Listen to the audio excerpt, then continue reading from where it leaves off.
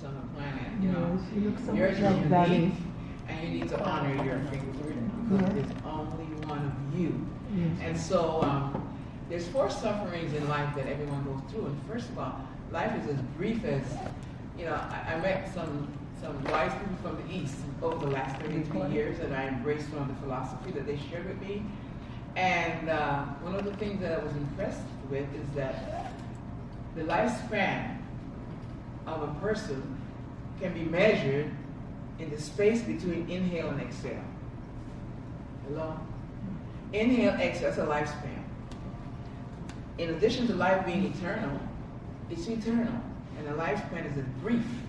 So you come here for a reason. You come here with a mission. No matter what. And you need to be in touch with that mission. It would be a crime if you pass away and not realize what you came here for. Whatever it is. If it's just to meet me on the way to school.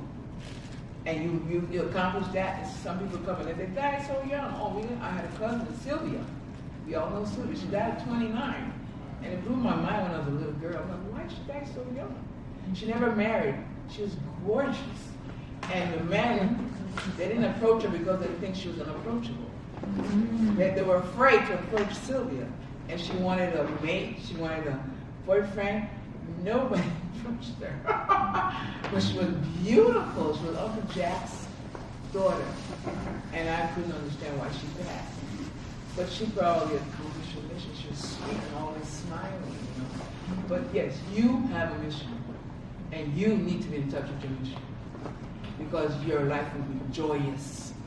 No one will be able to break your spirit at all.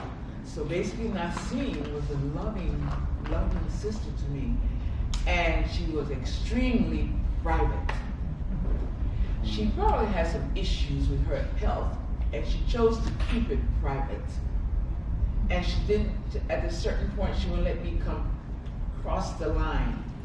In the recent 6 years or so, she didn't want me to come to her home.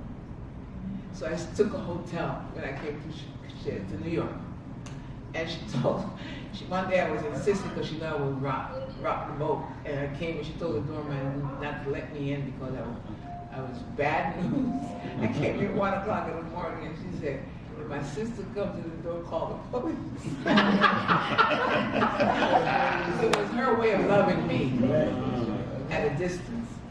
And so I couldn't understand when I hugged her, she would give me a kind of hug that wasn't a hug. And in a recent, maybe 8 years, I said, why didn't you hug me? Really hug me, give me a squeeze. She said, I'm all right. Like that, I'm all right. She was masking her own, whatever she was masking, only she knows. And so she lived a private life. And she said, I'm happy, girl, I'm happy. She always said, I'm happy. I said, fine, I'm happy for you. But if you don't answer my phone, I'm gonna call, well, being checked for you, I should tell her. And she would say, no, don't be doing nothing stupid like that. And she worked for the police department, and that was an interesting job. But then I'm made to recall her childhood with us. She was the last of 6 children, and I was the second. And I was a girl, second girl, the first was born. She was the last, she was a girl. So everybody babied her, baby Pamela, you know, like they said. She loved my mom, she was close to my mom. So when my mom passed, she kind of like tied a knot. She wanted to be with my mom. So maybe whatever she had inherent in her DNA started to surface a little bit of anxiety. And I remember when she was little, she was afraid of her shadow. For some reason, we would go to the marketplace and she would take the bottom of my mom's skirt like it was a merry-go-round. In the midday sun, you know, in the sunny Panama, you know, my mom would pick her up and we'd be laughing our head off because kids think everything is funny. So she was running from her shadow. We thought that was funny. There was nothing funny about that. You know, if we were in America, we'd probably call a doctor and get to the bottom of this. You know, but my mom eventually, I guess, things don't go away. They go in recess. I learned from my massage therapy classes that, you know, what the mind can't handle, the tissue will handle. So it goes and sets in the tissue. So you started having arthritic pain or whatever. But if you're a veteran, you may have an issue, something happened and you didn't deal with it mentally, you shoved it away. It didn't go away. It went another part of this muscular skeletal system. That's why massaging is very good for you. When I learned about massage, it told me about certain places you come to in the body when you're doing the dance on the body. The person may start laughing, or they may start crying, or they may have an erection, or they may, because you hit a spot that went into the tissue, you know, and you just kind of talk to that person and move away from that spot, go to another spot, and make sure the person doesn't fall asleep on your table. So and then you're not doing a good job as a therapist if you fall asleep. Talk to the person. So then I learned a lot about the anatomy. So things don't go away. You have a mission. You have to face your life. Okay, face your life. This is a tower, and you need to have it lit and not walk in the dark. So my sister was private. That's the only thing I can conclude. She was a private person, and she enjoyed her pregnancy, and she enjoyed helping her nieces and nephews, buying things for her sister. She bought me 2 beautiful bags of QVC, and she got 4 purple bags, and the last year her color was purple that she bought. I said, Maxine, what do I need 4 bags? I can only do one at a time. Oh no, this is a little different. This is a little different. She bought me up with all the love. And she said, on her birthday, I had my friends from Chicago call her and say to her, happy birthday. And she relayed to me that it was her best birthday of her life. And she was a private numerologist, renowned. She was a numerologist. So she understood numbers, and life is mathematics. To the moment you can do a math reading on yourself, and whatever you're feeling, it can be proven mathematically. So she was a very illustrious numerologist, and she applied it to herself, and her family got readings from her at no cost. She wasn't interested in making money from numerology. She just wanted to do the numbers on all her nieces and nephews and family, and she would call me that Sheeta's got this, Valerie got this, and this happened, and this happened, she's divorced, she told me, and she would read the numbers, and everything would figure, and she would tell me all about, she was thinking about Marcia, and she would do the numbers. So she was a private numerologist for her family and her friends. She never was into charging. I have some people, friends in Chicago, who she were their numerologist. I gotta call Maxine, she's the best, I gotta call Maxine. You know, Sally, and these are her customers, and she don't charge them anymore because she did it for the love of it. So that was their mission in a way, and you may have several. I talked to Praise, and I said, Praise, you may want to be 4 or 5 things. Be all that you can be, because you know you're a multitasker. You be all, no limit. The sky's the limit, and you better not set it low. Okay, so you know, live and live a joyous life is my advice. Because that's what Maxine. She said to me, I'm very happy, and says my happiest birthday I ever had. So it's September 14th, 2020, and she kept telling me, Mary, this is your year. This is your year. She just kept saying, this is your year. And everything that I'm doing while I'm cleaning up her place is everything that I love. And I'm like, you left this for me too? And she got to ordering QVC every day. And they have a 3-for-1 sale. She buy 3. And she would say, this one is for Toshiba. Toshiba needs this. Or Marcia, when Marcia come, I give her this. It's all about spreading her love to someone. She enjoyed this. So she had a mission that she knows. If you have something in your life that you need to uproot and eradicate, and you don't, the next time you get a chance to recycle, it will be right with you for you to do it then. Until you eradicate it, if it's negative, it's going to be with you, because life is a circle. And you know, you can, a pendulum could go this way, that way, this way, that way. That's your life. You come and you go this way, you come and you go that way. Once you make one revolution, it never stops. Life is eternal. So life keeps going round and round. What you got, what you sent around, guess what? It's going around. What you're thinking, what you're saying, what you're doing, it's always coming around. Because life is eternal. Once you make one revolution, you did it in the egg in the stomach, you'll never stop. It's eternal. And it's clocked like your heartbeat. Your heartbeat is registering everything you're thinking, everything you're saying, everything you're doing, and your 5 senses need to be sharp so you can see, hear, sense, touch, feel, and do what you need to do.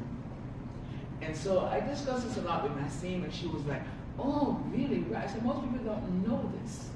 They don't know this because, you know, your mom teach you what she had best for you to help you grow up. And all your philosophical training from your mom, you know, whatever it was, whatever book you were raised with, it's like a scaffold so that you can grow up. Once you grow up, come on. If you keep the scaffold there, it destroys the building, and you are the building. So you got to take it away and give back your mom something better than she gave you in your time. Like I'm trying to live in your world, guys. I'm still trying to 74. So my mom, I'm not gonna give her a horse and a boogie. I'm gonna give her a Lamborghini or whatever else, the one with the fly up over the helicopter over the car. I'm gonna give her, you know. So basically, you have to give back to your parents something better than what they gave you. Better. If they give you the best they had, guess what? I don't care what it is. Get it and give it back to them. Because they're counting on you. Everyone that's sitting in your chair, there's 7 more ancestors sitting in your chair. They don't have the mouth, the eyes, the 5 senses that are coming together. We cannot come together unless we have these 5 senses paying attention. So, I discussed this with Nassim, and she was like, yeah. It was the last, 6 months or so. And I was amazed that she was paying attention because we were Muslims together, and then when I transitioned to the Asiatic type of philosophy, she said, oh, you're just all over the place. Forget it. I'm saddling my horse right. I'm not following you there. So she got issue with it. In the last 6 months, she was listening, and she was putting coins in my back for me to share with her that which I learned over the last 33 years. And I was like, surprised. I thought she would move to Chicago, and we would be together for a long, long, long time. So I was looking forward to that. I was kind of lonely in Chicago for my family. So the faces like Fatima, Shira, Essie, the good time, Val, everybody. I just wanted family to be able to go over to your house once in a while, And I didn't have that in Chicago. But I had sent Elijah Muhammad a letter saying, I'm going to help you with your newspaper. There are too many errors in the newspaper. And within 10 days, he sent me back. I take it. And I've been in Chicago ever since. And I felt that I couldn't leave unless I give my perspective of Islam through the eyes of Elijah Muhammad. Because I feel that he was making his own version to help the African American community. By far the most powerful leader the African American community ever had. And most African Americans have no clue. And that bothers me. And so he used to say, the Panamanian sister knows something. The Panamanian secretary knows something. I was clueless, okay? But once I started to chant, some light bulbs started going off in my head. And that's what I'm doing in the next 90 days or so. I will put out my memoirs of what he said on the table and how he said it and what he said to me. Brother Minister Farrakhan said, please do it because we want to hear your perspective. He sent me to Mas Mariam, which used to be Temple Number 2, to speak to the people, and I hated it. I shook like a leaf because I came here to be part of the American people. And he told me to go there and tell them that I'm from Panama. I'm like, I don't want to tell them that. I want to isolate them. I don't want to tell them that. But I wouldn't dare discuss that with Ted, say, do anything. So I said, yes, dear Apostle. I go and tell them I'm from Panama. And I follow you. I don't know where I got. Opened my mouth. Something came out. I couldn't tell you what came out. But I would go there every Sunday. They would have me get escorted to the temple to tell them that I'm. So, sister, just tell them you're from Panama. Follow me. I didn't know what he meant. But ultimately, light bulbs started going off. I said, oh my goodness. That's what. And then the last time this is part of my book, and you're going to get, this is the core of my book. He said, all this time I've been teaching, more than 30 years, not one of my followers got it. He said, not one. So I was an age of I said, what are you talking about? I want to pick the words out of his mouth, like that. What are you talking about? what do you mean none got it? No, none. And then one day, then his son came back, Dean Muhammad, and he was talking at the temple, and he said, look, I think my son's got it. He didn't have it. He said, I think. He was trying to get, and he said, I saw a book, and it's a new book, and I've been telling you all about this book, and he said, this book, this is the core of my book I'm writing. He said, the core of my book, I had a dream about it last night. I actually saw the book. He said 3 months before he went into the hospital, or before I left. He said, I saw the book last night. And he's doing like this, stroking his thing, and he wore dark glasses. My boyfriend bought me these glasses. And this is not my style, but he said, this is you. So I got it, okay? So but he wore dark glasses, and he would look people, and I was trying to peep through the glasses and see his eyes. And the eyes was kind of slanted like the Japanese eyes, you know. And I would be looking, and he said, I had a dream about the book last night, and it had an L. I only saw one letter. I didn't see the rest of it. I just saw one letter. And it had an L that penetrated the cover, a light, all the way to the back. I couldn't see anything else, but I saw that book last night. And then the ministers around him started speculating, oh, it's the Alif Lam, this, that. I'm like, oh, shut up. He said, if you see a little book, well, they think they're going to know. Shut up, I want to hear what else he's going to say about it. That's the way my little stupid mind was. And I had no clue. I was like a dumb blonde, nothing. Nothing was coming. But I wanted him to speak more, but he never spoke more. And so when I started to chant, I asked the top secretary, Mr. Valor Najee, have you ever heard of this chant? He said, and then I asked Dean Muhammad. He said, my father told me to look for you, and no matter where you were, get you to come and work with him when he came back. So he passed, and then he said, so I'm going to get you to, I want you to come work with me. And I worked for what is the dean. And then he said, somehow I want you to take the name Mariam, because I don't want you to let anyone mispronounce this name. And so it's the best name you can have. And my wife doesn't want it, but I want you to have this name. Don't know why. So I was going to Saudi Arabia to do the pilgrimage, and I went with him on a trip, and I wanted my passport to reflect that I was a Muslim at the airport, you know, at the ATO. And so I said, okay. So when I get the citizenship in '77, they said, you can change your name if you want to.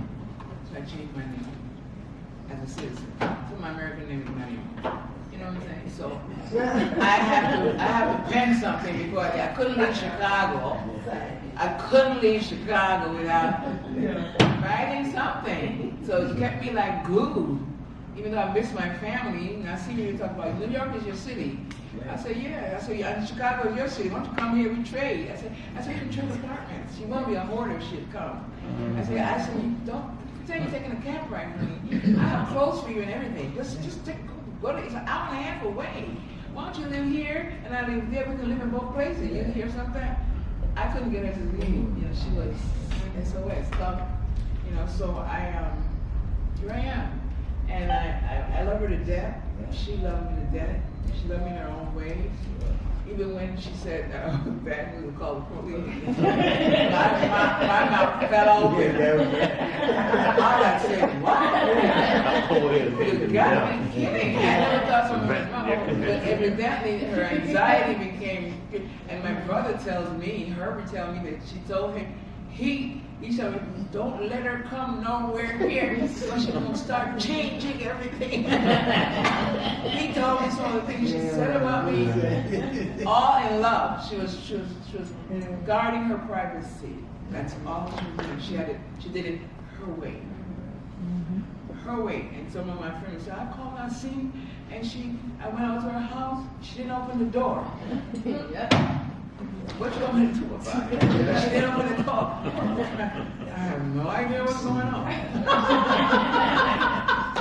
So she wanted her privacy at all costs. She went to the New York Police Department, and they loved her to death. She would work 2-3 weeks, take 2-3 weeks off. because that's the way it's a municipal job, and they loved her. She was a supervisor. And she was feisty as all get out. She likes to fight. I don't like to fight. And she's seen enough fight come through that door at the police station, okay? And she had a lot of fighting energy. She loved reggae. We had reggae earlier before you guys came. And she loved dancing and reggae. She was very, very peculiar girl, full of love. And I want you to remember that she loved each and every one of you. That she loved you the wrong way. And I guess she completed a great part of her mission. And when she recycled, we may see her again in this existence, or you may see her in the very next existence. But like a leaf, I was telling my friend, the photographer, that each leaf is a life form by itself. And you cannot count the leaves in the world. But you can count the human beings. 7 billion, 8 billion. You're the most rare form of being there is, living being there is. The custodian of the earth, and you have a special mission. Because the law of cause and effect run through your vein, and you use the power of reason with your 5 senses. So basically, no other life form has that capacity. And it takes a while for you to recycle as a human being. Every spring, you see a new leaf looking like the same one that was on the tree, okay? And it goes down, comes back, and the cycle keeps going just like your cycle. But as a human being, it takes a while. Because when you come, you have a mission to clean up whatever is negative in your being. Whatever is negative, you have to clean it up. If you don't face it, you can't clean it up. So you're not supposed to have a life free of problems. One off till the other. Next, clean that up. Next, face everything. Face somebody come behind your back, give them your face. Hello? Hello? Come on with it. Give them your face because you're cleaning it up. You ain't taking it to the next existence. You clean it up. You're going to come back spit shine. Okay? Next existence. So know that life is beautiful. It's to be enjoyed. You're supposed to be happy. It is your birthright. That's right. You're supposed to be happy. Don't let anything make you sad. Face it and clean it up. Something happened to you, it wouldn't come unless you sent it around. 5 million miles, time to go. Now it's eclipse, time for it to come to you. Don't bat it away. Husbands, they're all were yours, Fatima. They were all yours, okay? One at a time, though. So ain't no big deal. You've had them all because life has been a term. You're one side or another. You've had them all. So it's no big deal. They were all, if they're younger than you, they were your son. Hello?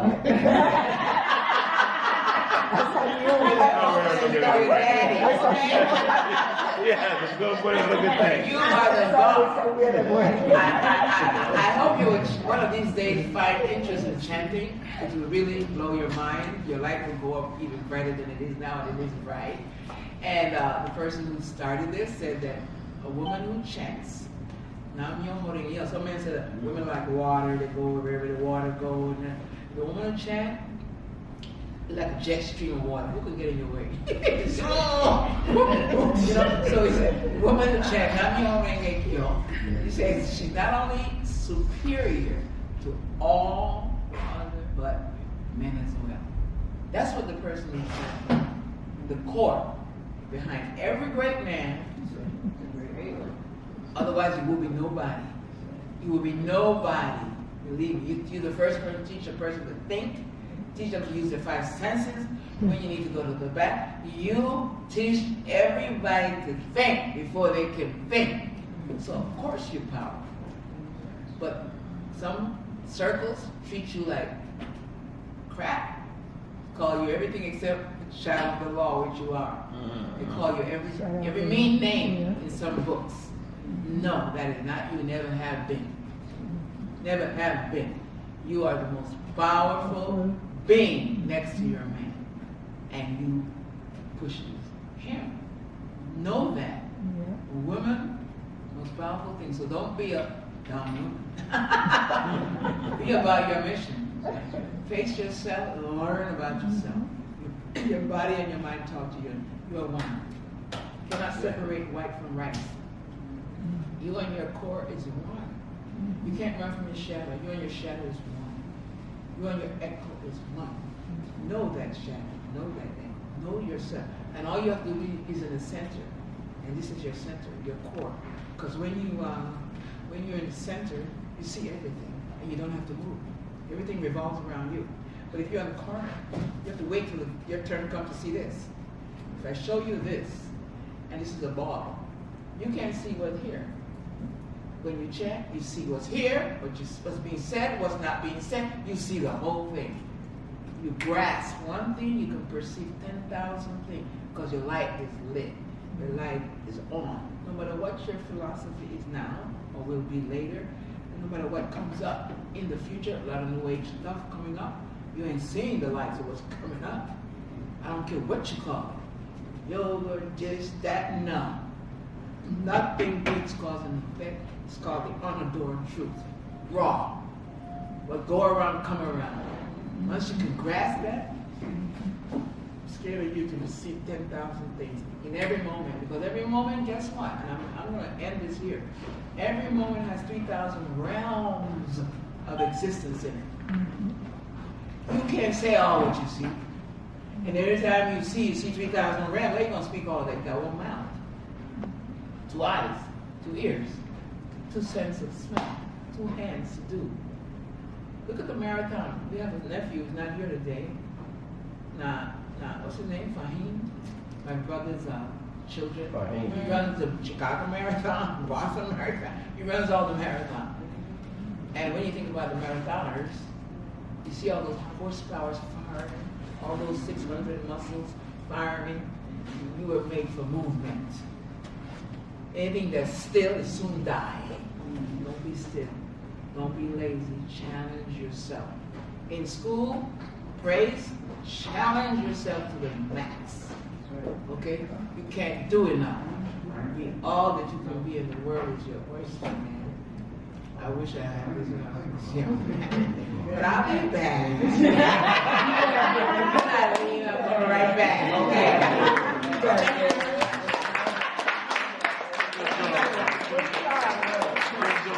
Good job. Delroy has us on camera right now, so shout out to Nassim if you like. She loved you, I'm sure. So if you want to say something to her on camera, he's listening and he's filming. But we love Nassim. She was always good to me. She always had good spirit. We used to have long discussions, philosophical discussions, brought her family into the temple, saw her grow. So when she got the call to go out to Chicago, so we've been traveling a long time together on this road.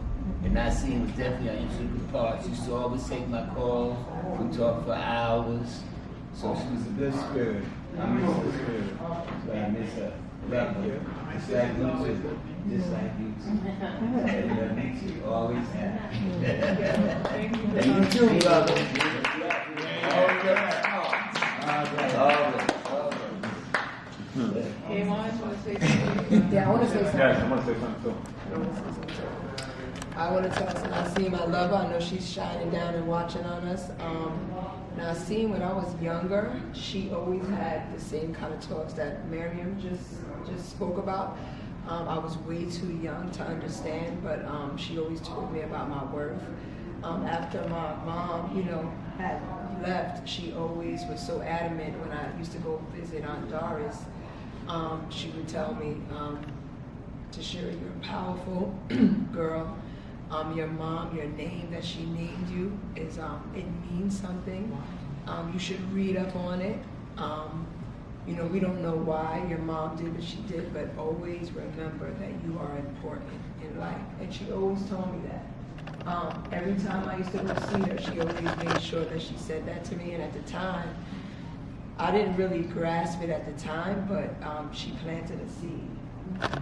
And I just want to say thank you, and I love you, and your words matter. Wow. Thank you, Tashira.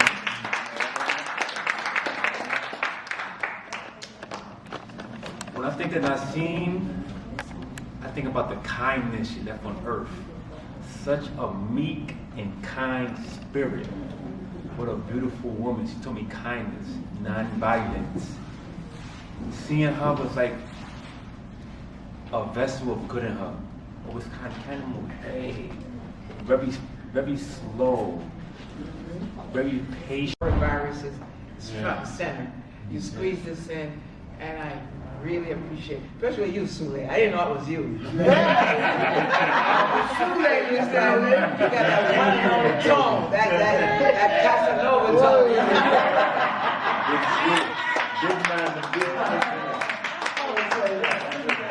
I heard that kilo tone. I said, that's Sule.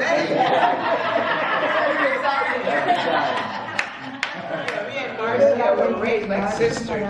You know, we were like, two sister children. I was always staying over at their home, and they were staying at my home.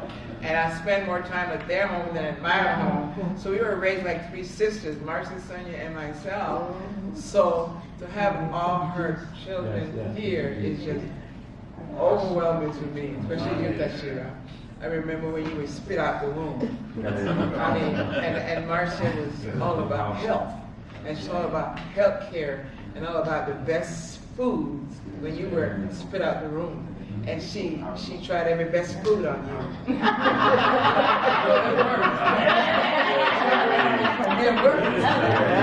So to have you here is an honor beyond my ability to even comprehend. Please give her a hug for me when you get to her. Tell her I love her dearly. I remember the days we slept over together. And I was always there. We went to sewing school. My mom kept us busy and out of trouble. And we would go to sewing school. We would walk slow so by the time we get there, it's over.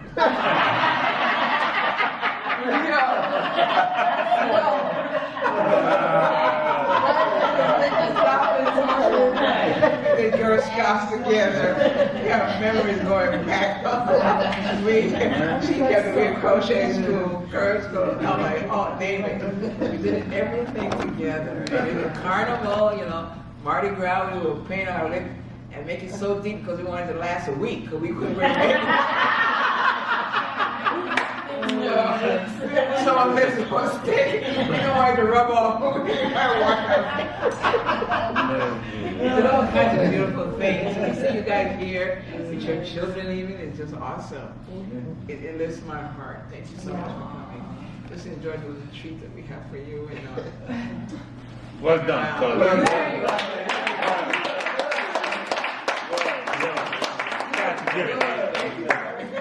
Wait. What?